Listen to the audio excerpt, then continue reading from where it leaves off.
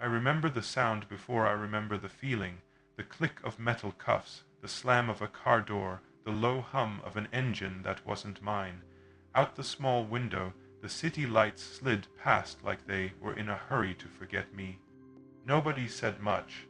The deputy in the front just tapped his fingers on the steering wheel, the radio whispering some country song about freedom like it was mocking me. I kept thinking, this can't be happening, not to me, but it was. Every mile felt longer than the last. You start counting the green signs on the freeway, the ones that don't mean anything anymore. When the facility finally came into view, high fences, barbed wire shining under the floodlights, that's when it hit me. This was no movie, no bad dream. This was where my story was starting over. They pulled me out, guided me through steel doors that locked louder than anything I'd ever heard. Each door shut with a sound that didn't just echo, it stayed. In my head, in my chest, the air inside smelled like disinfectant and cold metal. No freedom, no silence, just orders and footsteps. Someone said, face forward. Someone else said, shoes off. I did what they said. For the first time in a long time, I didn't argue. I'd made peace with one thing on that ride. You don't start surviving prison by being tough. You start by realizing you're not in control anymore. They called it intake. To me, it felt more like being a race.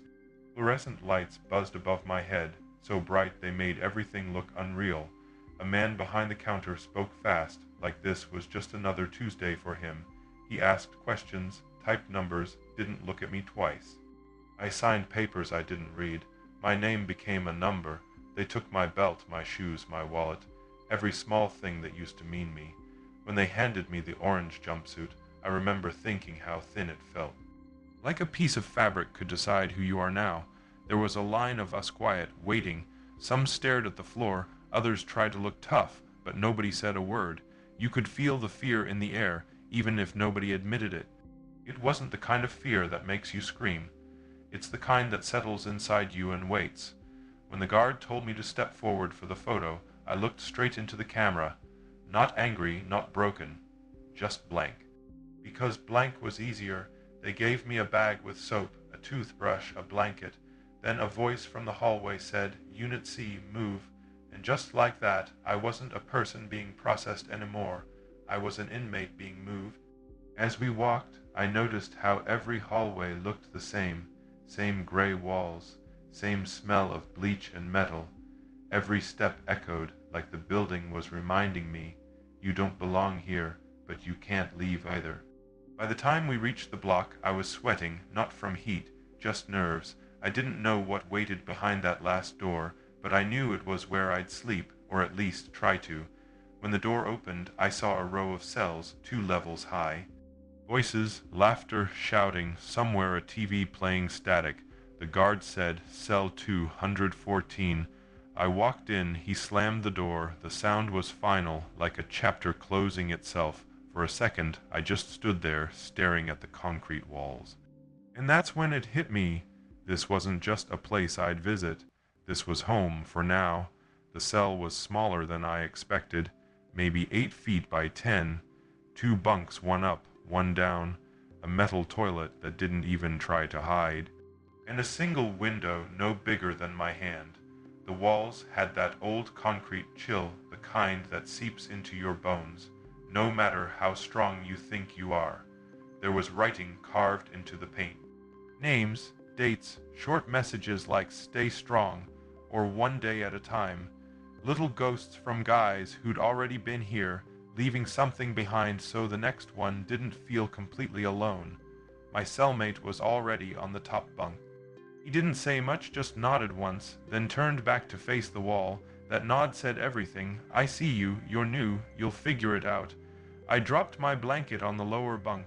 The mattress was thinner than cardboard, and the pillow felt like it was stuffed with old newspapers. But I didn't care. I just sat there, trying to breathe like a normal person. Every few minutes, you'd hear a door slam down the hall, followed by laughter or footsteps. It was strange, the sound never stopped, but the place still felt empty. Like everyone was alone together, I looked around and thought about my life, how quick everything changed. One bad decision, one stupid moment, and suddenly this was it. Not a scene from a movie, not a nightmare, real walls, real time. I laid back, staring at the ceiling. The paint was cracked, and there was something about that pattern messy but permanent, kind of like me.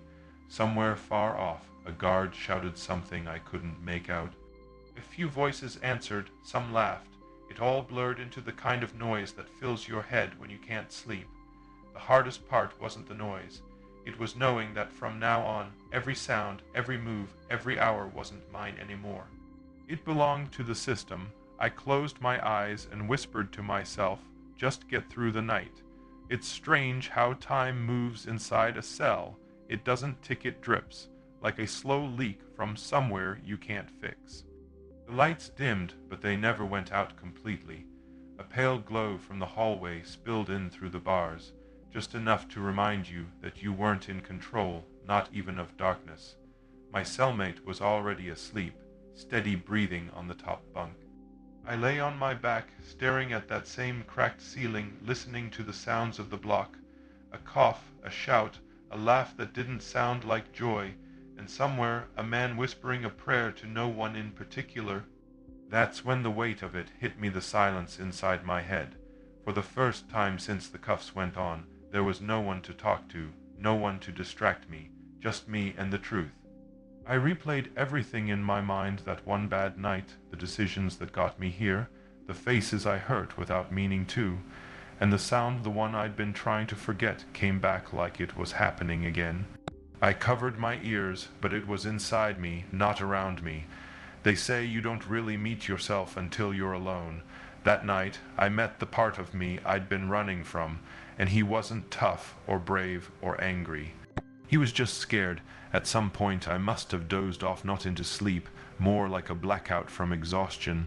But the moment my eyes closed, I saw everything I'd lost, my family, my friends, my freedom.